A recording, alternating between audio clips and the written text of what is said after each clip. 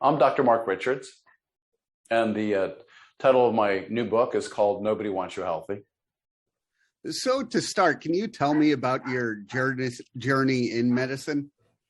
Sure. My journey in medicine was a little bit rambling in the beginning because when you're young and you're enthusiastic, things that seem to be great when you get into the nitty gritty are not as good as they appear to have been. So when I was in high school, I worked at NIH for a little bit on the summers at the Neurological Diseases Institute, and I was very interested in the brain. And when I went to Yale undergraduate, and I studied basically behavioral neurophysiology. It was called biopsychology at the time, and I was again really interested in brain and behavior. Got to med school, and I thought, you know what, I like using my hands. I think really being a brain surgeon would be great. So second year rotations or third year rotations, I spent a couple of weeks on the neurosurgery service and realized I really hated it.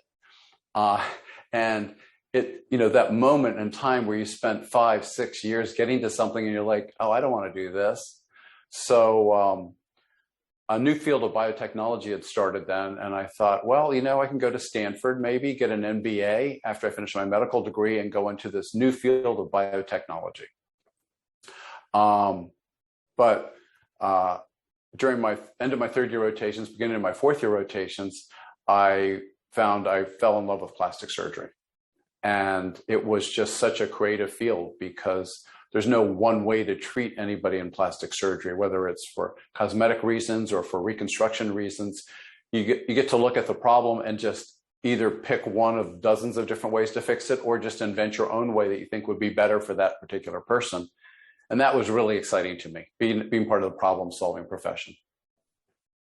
With, helping, that is a good point. You're helping people, and there's so many different ways to help them. How does it feel to you personally for, helping these people, feel better about themselves or fix something that, is negatively affected their life?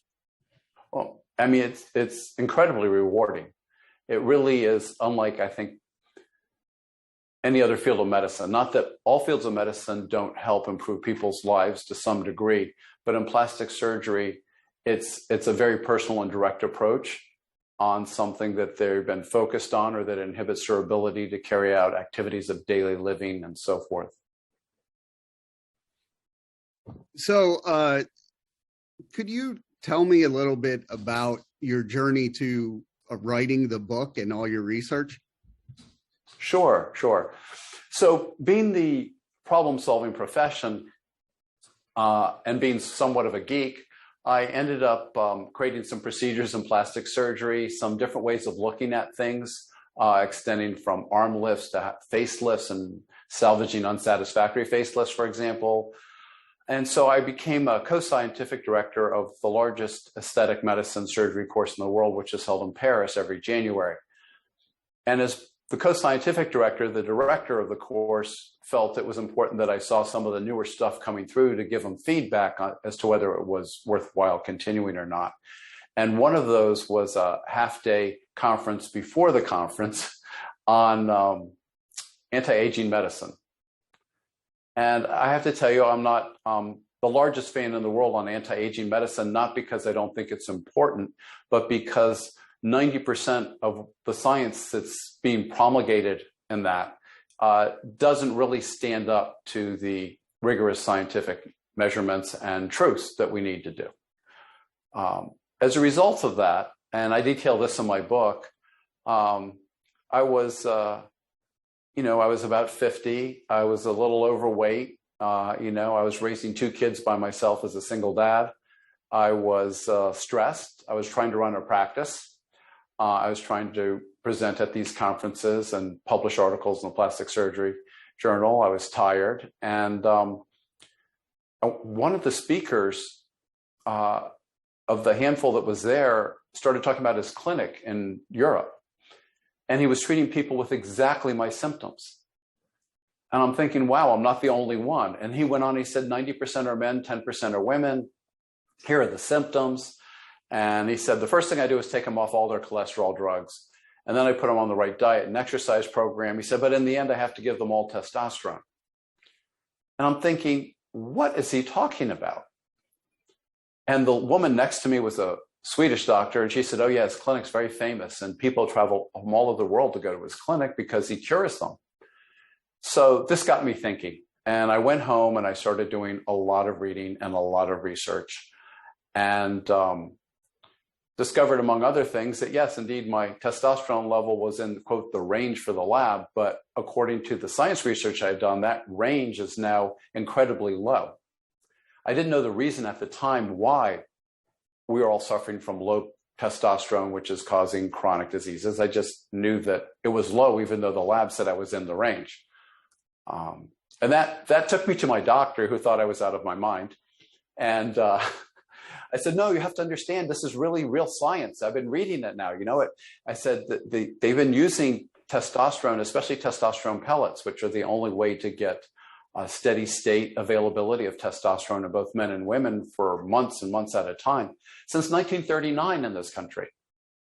And it was actually taught in med school till probably 1960, when the funding for that sort of education disappeared as patentable pharmaceutical drugs came to take their place.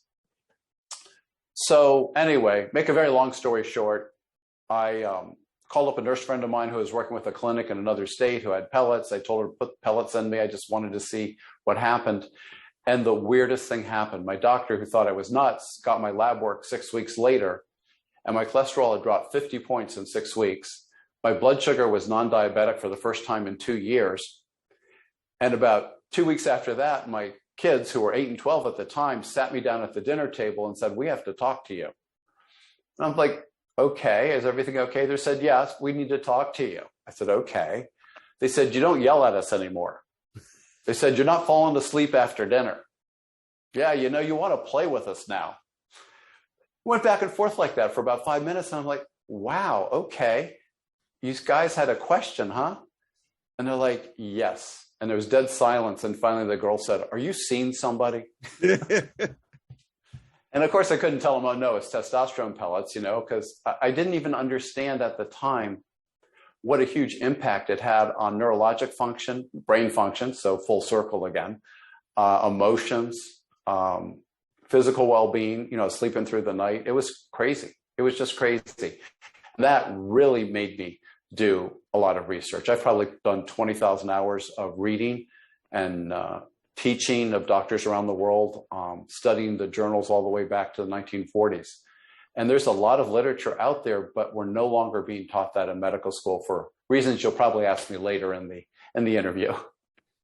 Well, I'll do that now. Why aren't they teaching something like that where, you know, it changed your life in, you know, a matter of months?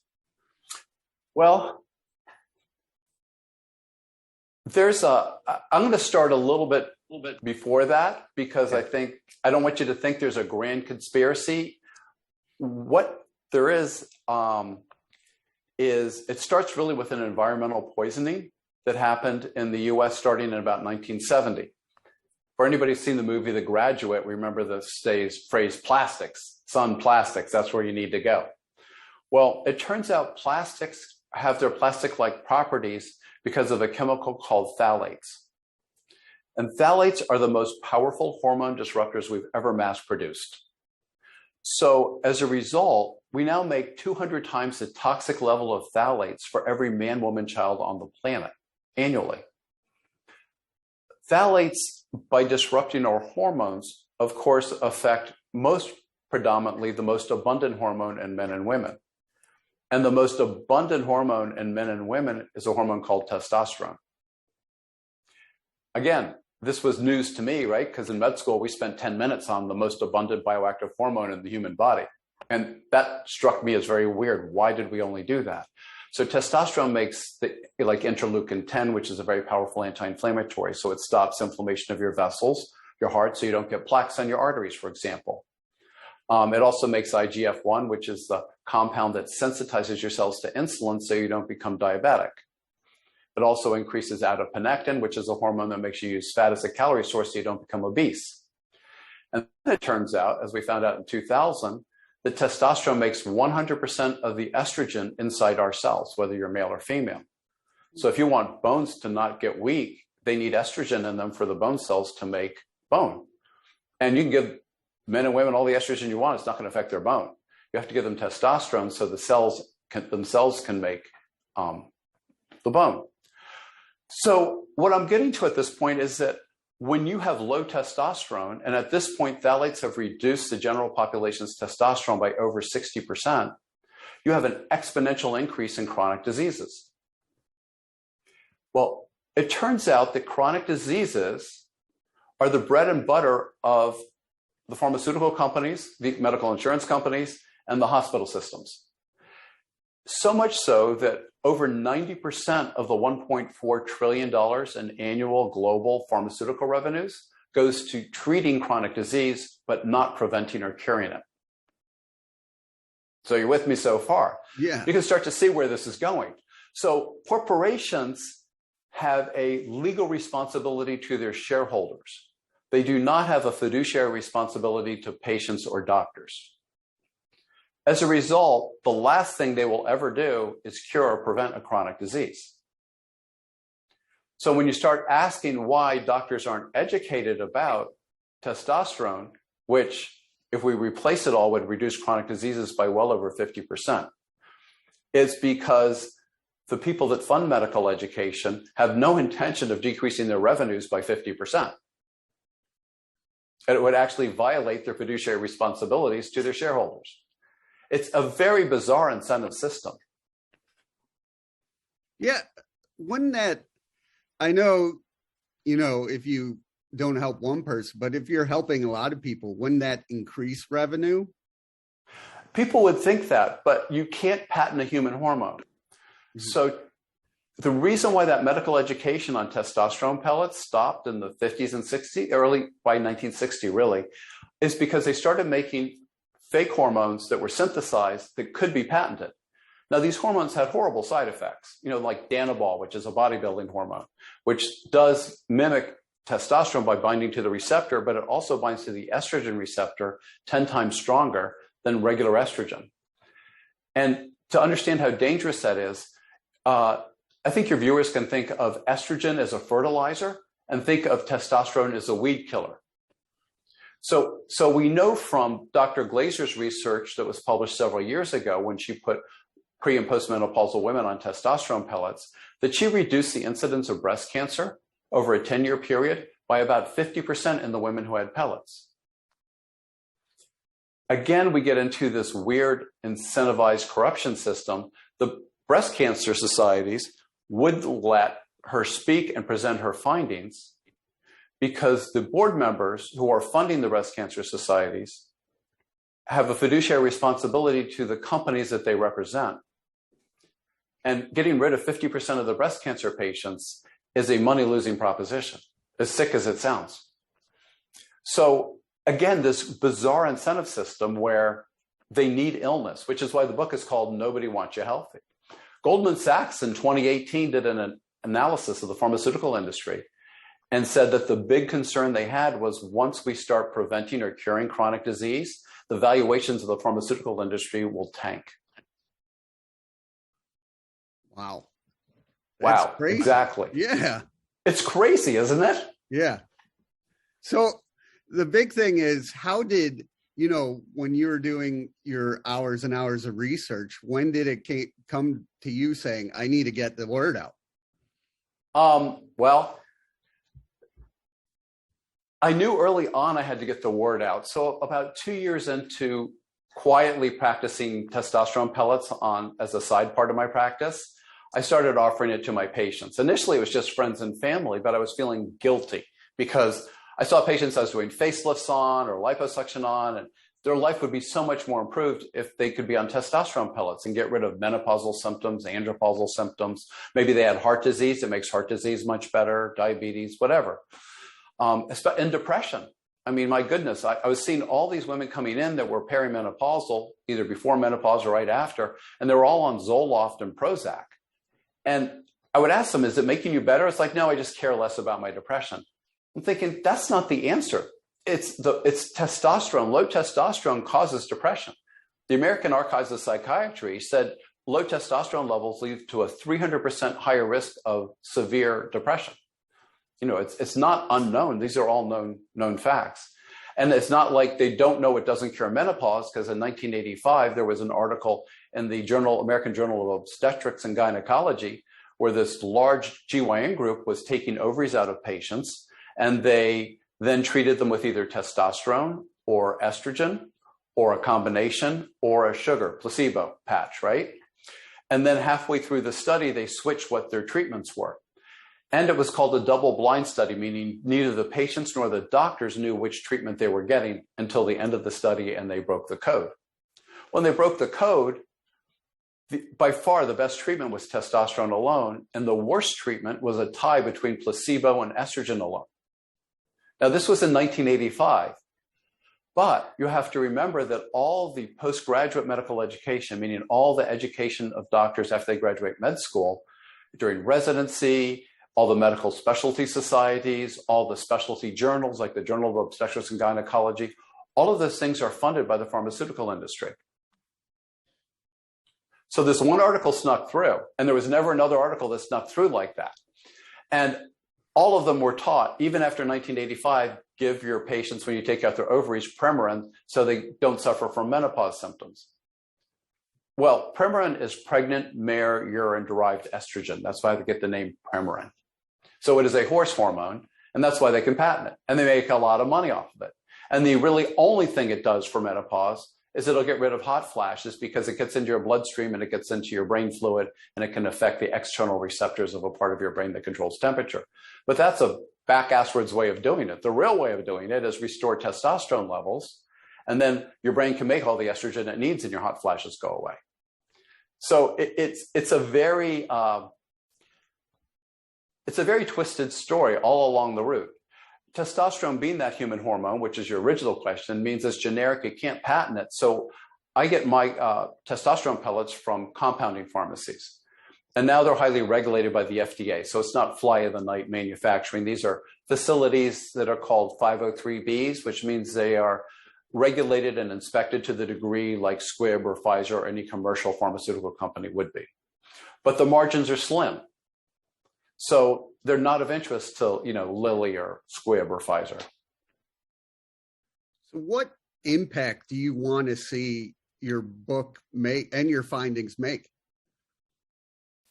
Well, that sort of gets back to one of your earlier questions about when did I feel I really needed to publish this? Yeah. And even though I say nobody wants you healthy, that's really an exaggeration, because I believe at least 90% of the doctors treating their patients truly, honestly want to make them better. I mean, that's why you went into it. It's a huge sacrifice to become a doctor.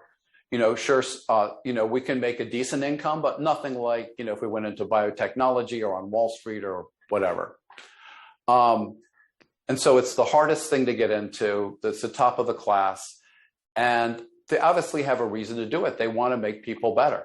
So I have to write the book for the doctors, first of all. And I want them to understand that we were duped. As I say in my book, when we graduated medical school, my dean at the University of Maryland Medical School gave a great speech. And he said, we actually have pulled a trick on you and lied to you a bit. And we're all puzzled. And he said, half of what we taught you is absolutely wrong. And your job over the next 40 years is to figure out which half it is.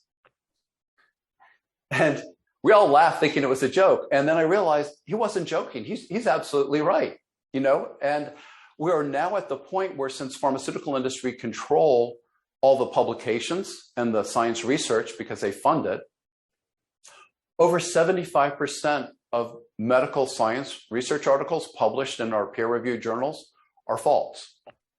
Over 75%. They're not reproducible in independent labs, is what the Stanford professor said.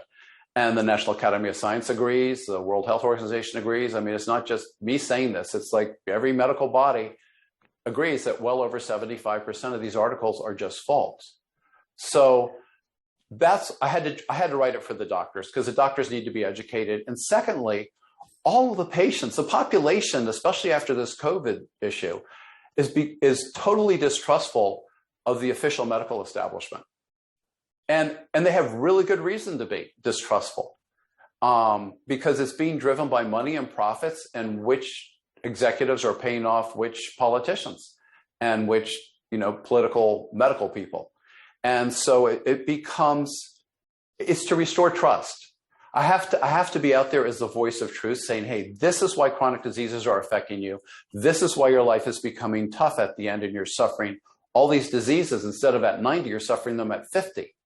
And this is why, and this is how we can fix it. It's an environmental poisoning. There is a generic solution for it. It's going to take us 100 years to get phthalates out of the environment. But in the meantime, you can get your life back.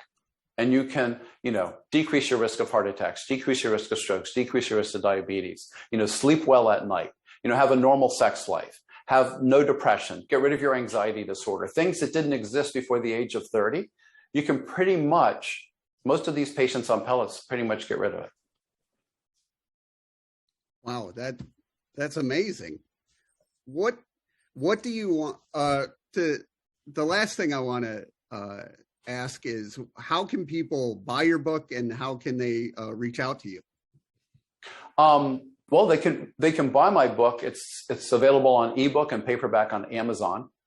Another way to get it, which is probably even easier, is if you go to nobodywantsyouhealthy.com. I have links on that site to both Amazon to buy the ebook and the paperback. And on that site also, I can put clips like our interview here today, so they could look at this show again. And again, that's probably the easiest way. There is a link on the site to contact me, and I will do my best to respond to people.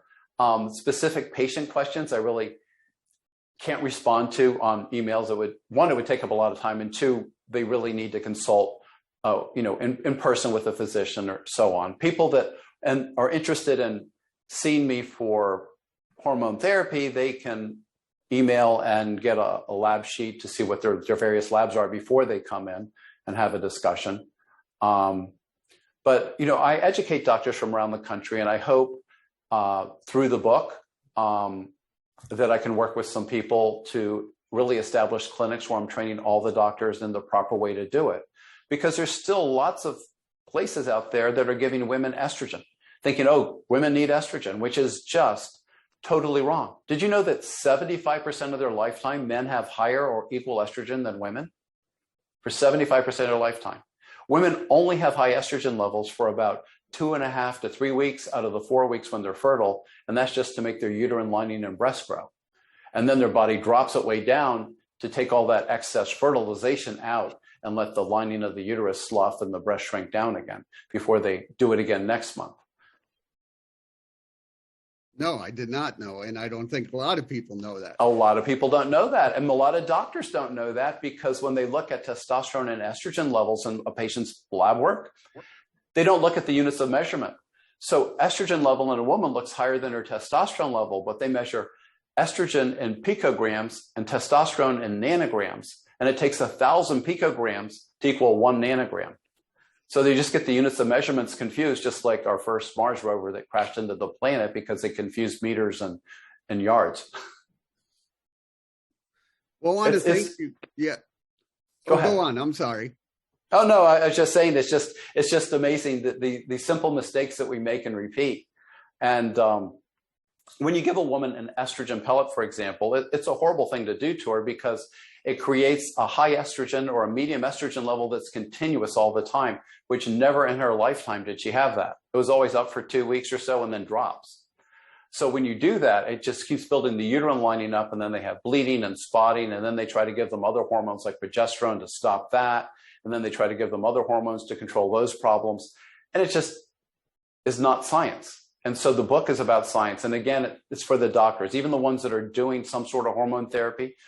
Learn what the basis is, learn the right way to do it, and then help tons of people, because if I within 5 miles of my practice, I probably have 200,000 people that need this therapy.